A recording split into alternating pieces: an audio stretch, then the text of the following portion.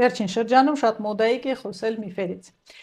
Ես այսօր ուզում եմ խոսել հստակ փաստերից։ Փաստերից, որոնք վերաբերվում են կլինիկական զննմանը եւ առավել ուշադրություն ենք դարձնելու պապ տեստի վերցնելու տեխնիկային։ Բացատրեմ ինչու սոցկայքերում տարածված են նյութեր, նույնիսկ վերջերս պացիենտը ինձ ցույց տվեց,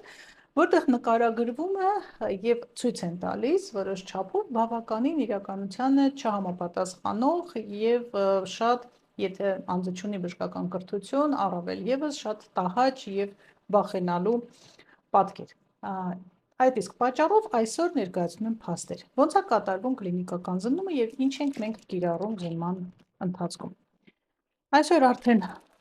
օգտագործվում են շատ բանի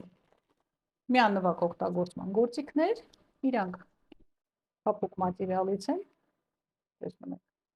ցավոտ չի կլինիկական զննումը, այսինքն ցավ որպես այդպեսին կինը չի զգում։ Կարող է լինել դիսկոմֆորտ, դա ինչ-որ չափով ինդիվիդուալ է, որովհետև հիմնականում պացիենտը լինում է լարված, հեշտոցը դա մկանային օրգան, այսինքն դիսկոմֆորտ կարող է լինել, բայց ոչ ցավ։ Սա մեկ։ Երկրորդը, ինչի վրա եմ ուզում ուշադրությունը դարձնել, դա այդքան շատ սիրած հետազոտություններից մեկը, պապ տեստը, պարանոցի բջջաբանական քննությունը։ Մենք վերցնում ենք ցիտոբրանշով եւ շպատելով այդ վախենալու գործիքը, որը նույնպես երևի թե այդա ինձ ավելի շատ դրթեցա նկարել, սա է։ Տեսնում եք, ինչ փափուկ, փոքր եւ ընդհանրապես վախենալու գործիք չի։ Սա իհարկե ապագան չկիրառվելու։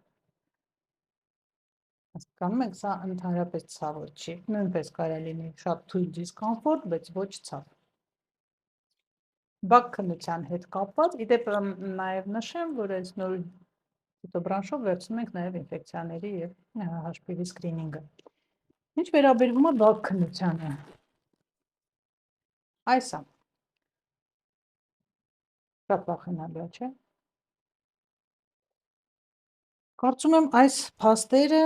սա զուտ ի պատասխան այն նյութերի, որ ես տեսնում եմ,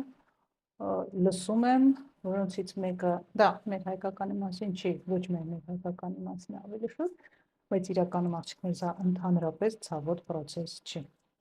Ոնց որ եղեք հանգիստ, զննումը ցավոտ չի, քսուկի հանձնելը ցավոտ չի, պապ տեստը առավել եւս ցավոտ չի։ Թույլ դիսկոմֆորտ կարող է լինել, իսկ եթե նախապես ձեզ ներկայացնել, բացատրել, ես դա աշխատում եմ անել բոլոր կանանց հետ, աղջիկների հետ, այդ դեպքում ընդհանրապես ոչ մի խնդիր ձեզ մոտ չի առաջանում։ Ցավային սիմպտոմ նույնպես։